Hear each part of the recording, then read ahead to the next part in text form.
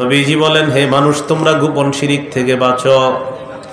ক্বালু ওয়া মা শিরকুস সারাইর ইয়া রাসূলুল্লাহ। সাহাবীগণ প্রশ্ন করলেন, গোপন শিরিক কাকে বলে হুজুর, আপনার কাছে জানতে চাই। নবীজি বললেন, ইয়াকুমুর রাজুলু ফায়ুসাল্লি ফায়ুযায়্যিনু সালাতাহু জাহিদান লিমা ইয়ারা মিন নাযরিন নাসি ইলাইহি। মানুষ নামাজে দাঁড়ায় তার নামাজটা সুন্দর করে মানুষের দৃষ্টি আকর্ষণ করার জন্য, মানুষ যেন তার নামাজ দেখে বলে বাহ বাহ কত সুন্দর নামাজ, এই কারণে মানুষ তার নামাজ সুন্দর করে।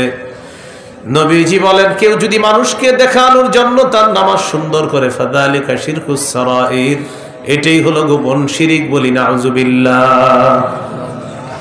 মানুষকে দেখানোর জন্য ইবাদত করা, সুন্দর করা, এটা গোপন শিরিক। সাহাবী প্রশ্ন করলেন, ইয়া রাসূলুল্লাহ, কেউ যদি আল্লাহকে খুশি করার জন্য ইবাদত সুন্দর করে, মানুষ যদি তার এই ইবাদতের প্রশংসা করে, হুজুর আপনার কাছে জানতে চাই। নবীজি বলেন, কেউ যদি আল্লাহকে খুশি করার জন্য ইবাদত করে, মানুষ যদি তার ইবাদতের প্রশংসা করে, তিলকা আজিলু বুশরাল মুমিন, এটা হলো মুমিনের জন্য আল্লাহর পক্ষ থেকে দুনিয়াতে নগদ সুসংবাদ। ইবাদত করছেন কার? আল্লাহর।